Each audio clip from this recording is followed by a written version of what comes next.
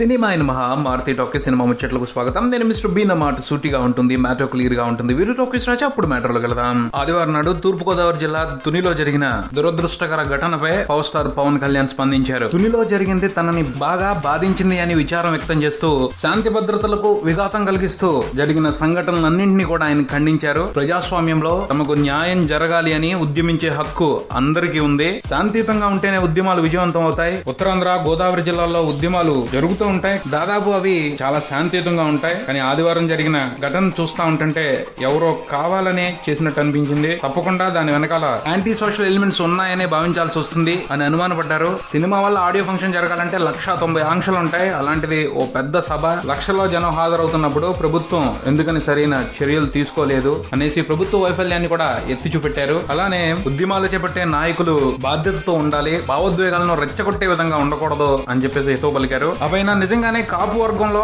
అసహనం ఉంది. అందుకు కారణం రాజకీయ నాయకులే. దశాబ్దాలుగా కాపుల్ని బీసీలో చేర్చుతామని వాళ్ళని ఓటు బ్యాంకుగా ఉపయోగించుకుంటూ నిరాశపరుస్తూ వస్తున్నారు. అసలు రాజకీయ నాయకులే చిన్న సమస్యని పెద్దదయ్యేంత వరకు తత్సరం చేస్తూ వేడుకు చూస్తూ ఉంటారు. అలాంటి నిర్లక్ష్యమే ఇప్పుడు జరిగిన సంఘటనల వంటి వాటికి కారణం అవుతాయి. బీసీలకు అన్యాయం జరగకుండా కాపులకు కూడా రిజర్వేషన్ కల్పించే విధంగా అందరూ ఒక తాటి మీదకి వచ్చి సమస్య పరిష్కారం కోసం పాటుపడితే బాగుంటుంది అని అభిప్రాయపడ్డారు. ఆ తర్వాత ప్రెస్ అడిగిన ప్రశ్నలకి ఎంతవరకు సమాధానం చెప్తే బాగుంటుందో అంతవరకు జాగ్రత్తగా అంచనా వేసి నీట్ గా ప్రశ్న ఎదుర్కొన్నారు. పోతే పవన్ సమాధానాలతో సంతృప్తి పడని కొంతమంది పవన్ ప్రెస్ మీట్ లో స్పష్టత లేదు అని చెప్పేసి ప్రచారం మొదలుపెట్టింది. ఆయన కాపుల వైపు, కాపులు చేస్తున్న ఉద్యమం వైపు స్టాండ్ తీసుకోలేదు, అలా అని ప్రభుత్వం వైపు స్టాండ్ తీసుకోలేదు. న్యూట్రల్ గా వ్యవహరించారు. ఎవరిని గట్టిగా హెచ్చరించలేదు, ఎవరి మీద దుమ్మెత్తిపోయలేదు. పవన్ కళ్యాణ్ తన సహజ ధోరణికి భిన్నంగా మాట్లాడారు. దాని మూలంగా స్పష్టత అనిపించలేదు ఆయన ప్రెస్ మీట్ ఏ ఉద్దేశంతో పెట్టారు అనే దానికి సంబంధించి అని చెప్పేసి కొంతమంది కించిత్ డిసప్పాయింట్ అయినట్టు కనిపిస్తా ఉంది. కానీ పవన్ కళ్యాణ్ ని బ్లేమ్ చేయడానికి లేదు. ఆయన చాలా కరెక్ట్ గా మాట్లాడారు. నిన్నటి సంగతి ఏమో కానీ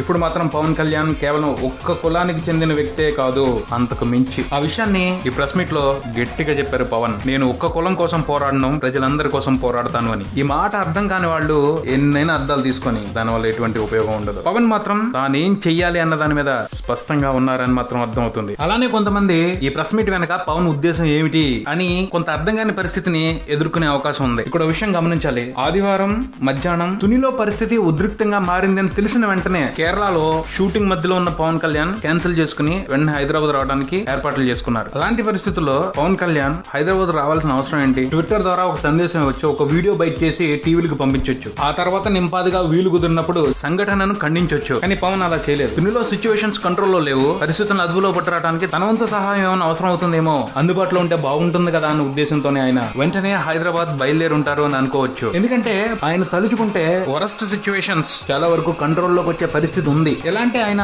చాలా మంది మీద ప్రభావం చూపించగలరు. కానీ ఈ లోపు సాయంత్రానికి పరిస్థితులు కొంత మెరుగయ్యాయి. సిచ్యువేషన్ పోలీసుల కంట్రోల్లోకి వచ్చింది. అయినప్పటికీ జనసేన నాయకుడిగా ఈ సంఘటనని ఖండించాల్సిన బాధ్యత ఆయన మీద ఉంది. అదే చేశారు, అదే ఈ ప్రెస్ మీట్ అని అనుకోవచ్చు. తుని ఘటనకు సంబంధించి మన రాష్ట్రంలో ఉన్న రాజకీయ నాయకులందరూ కూడా మీ తప్పు అంటే మీ తప్పు అంటూ ఒకళ్ళ మీద ఒకళ్ళు దుమ్మెత్తి పోసుకుంటున్నారు. కానీ పవన్ మాత్రం చాలా హుందాగా స్పందించారు. నేను అందరిలాంటి స్వార్థ రాజకీయ నాయకుడిని కాదు, నా లక్ష్యం వేరు అని చెప్పకనే చెప్పారు. ఒక విషయం మాత్రం నిజం, పవన్ కళ్యాణ్ ఈ రాష్ట్రంలో ఒక పెద్ద నాయకుడిగా ఎదుగుతాడో లేదో తెలియదు, కానీ ఆయన లాంటి నాయకుడు మాత్రం ఈ రాష్ట్రానికి చాలా అవసరం. ఇదే బుల్టన్ మరో బుల్టన్తో మళ్ళీ కలుద్దాం. Subscribe and keep watching Maruti talkies. For me mister B and talkies Raja. Thank you.